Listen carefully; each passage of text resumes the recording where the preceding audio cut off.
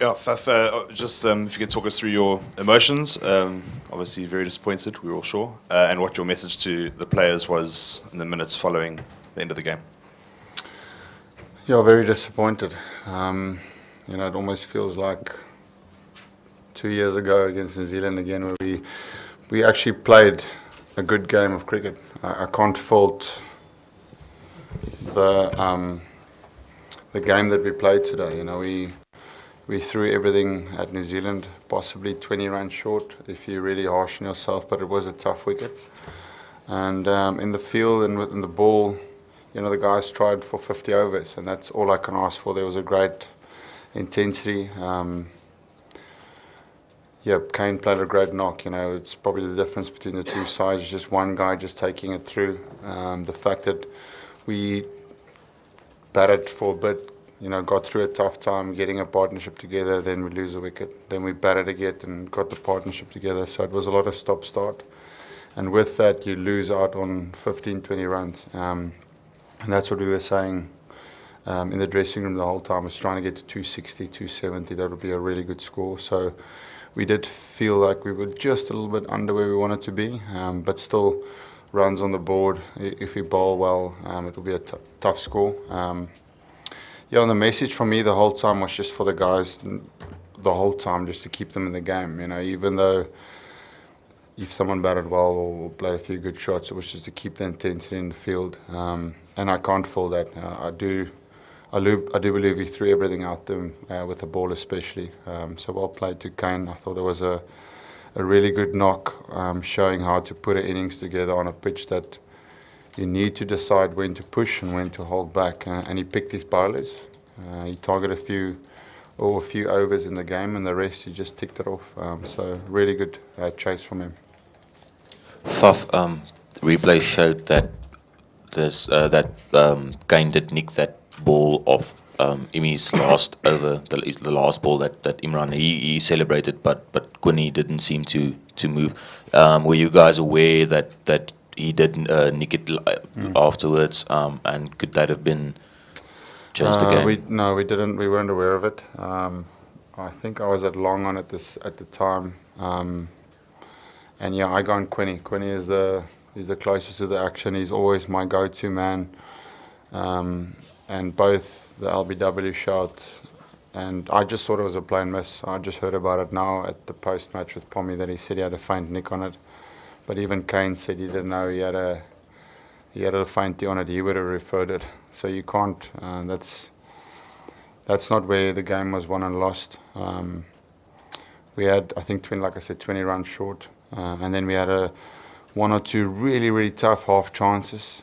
If it was a perfect game, if you took that and Kane was out, the game would have been really tight. But yeah, it's that for me. That's not the difference to today.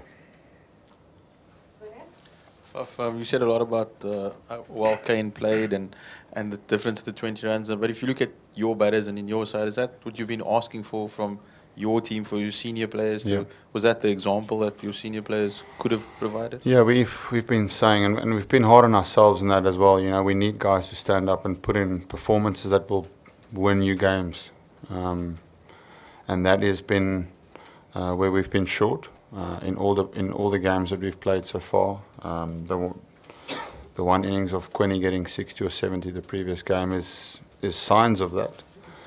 But we still need more. We want guys to put in match performances, runs, and as he showed, that's why I use him as a reference, that you need someone to go further, and we haven't had that, and that's purely the finger pointing back at us as a batting unit.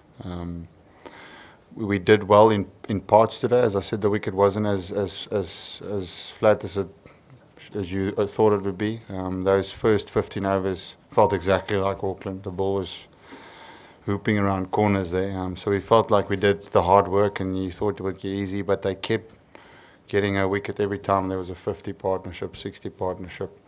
And you need that to go to 100, and you need one guy to bat through the innings. Rassie did a little bit of that, but it was a 60, 67. You need someone to get 100 plus. And that gives you that 15, 20 more runs that I speak of. Faf, you mentioned Kane targeting certain bowlers really well. Do you feel that maybe in the middle overs there could have been a bit more intent showed against de Grandome, Santner and that, just make it easier at the end?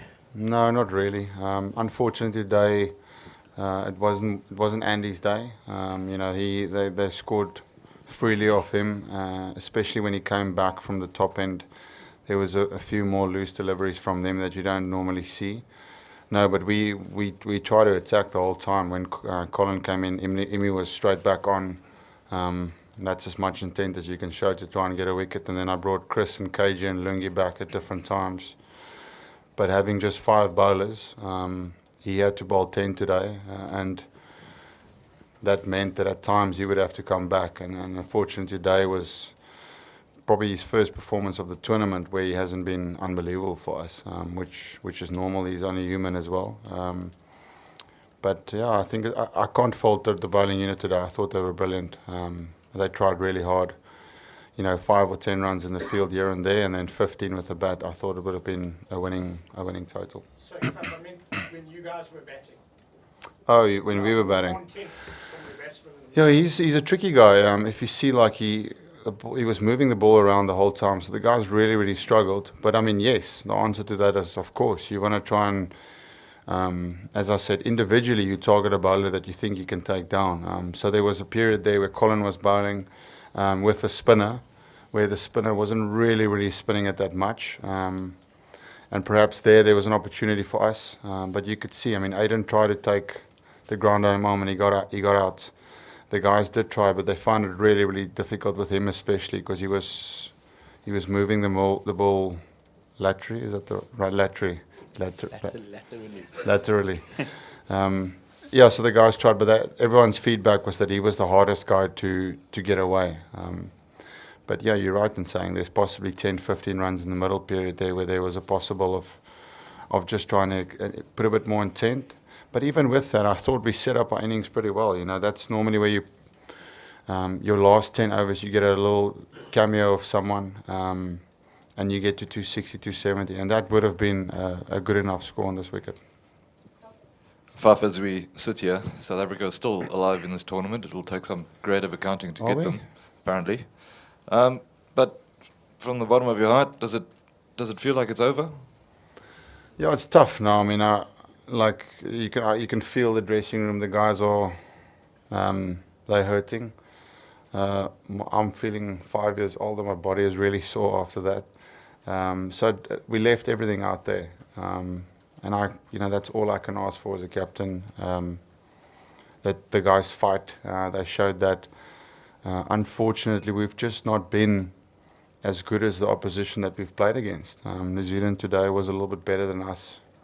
And that's a skill thing. It's not a hunger thing. It's not a determination thing. It's not a fight thing. So, yeah, I can't fault the team for that. Faf, you said it felt like Auckland a bit 4 years ago. It's New Zealand. 4 years previously it was in Dhaka. Again, New Zealand. What is it about this team that South Africa just can't get past? No, I think New Zealand is an excellent tournament team. If you look at statistically how they've played tournament cricket. When I talk about tournament cricket, it's probably ICC events. Their win ratio is up there with the best, the Indias and the Australias.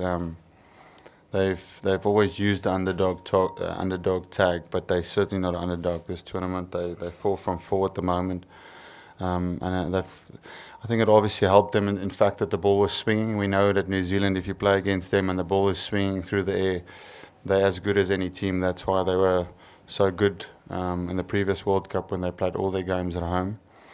So when you play against a team like that, you're hoping that there's not too much swing, because then you can target some of their bowlers. But they were once again excellent with the swinging ball today. They're a good all-round team, and they've proven that for a long time now.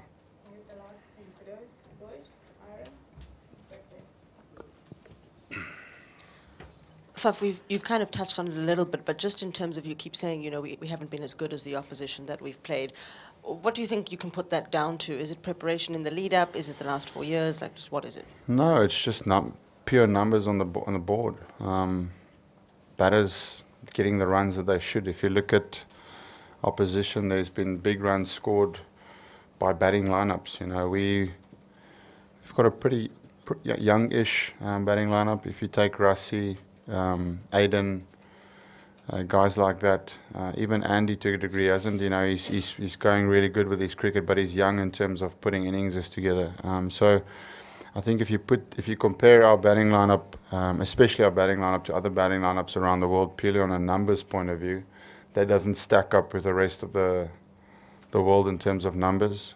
So we're not as experienced perhaps as other teams when it comes to that. But yeah, the reason why I say not as good as other teams is we're just not producing scores or innings that can win you games. I think the bowling they've been fighting this whole competition, probably bar the Bangladesh game where we were a little bit off. We need more runs. Faf, England have spoken a lot about their kind of 4-year plan and the clean-up that happened after 2015.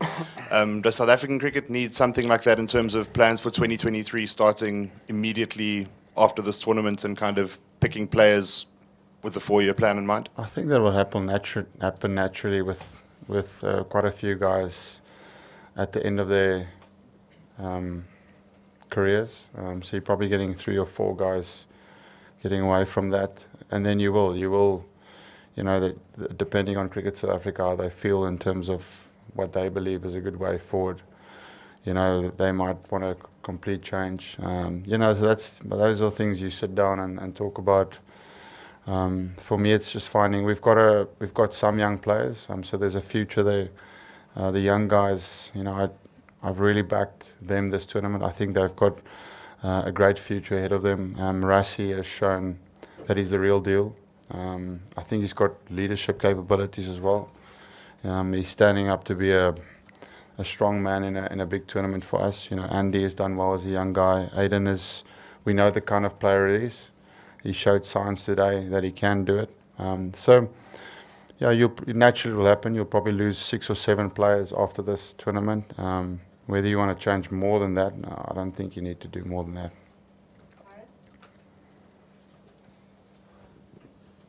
that. Faf, we know that you set quite high standards for yourself, both in the field and with the bat, and you came into the competition with good form. You must be disappointed that you didn't step up.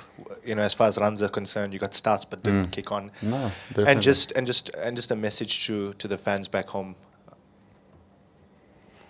Okay.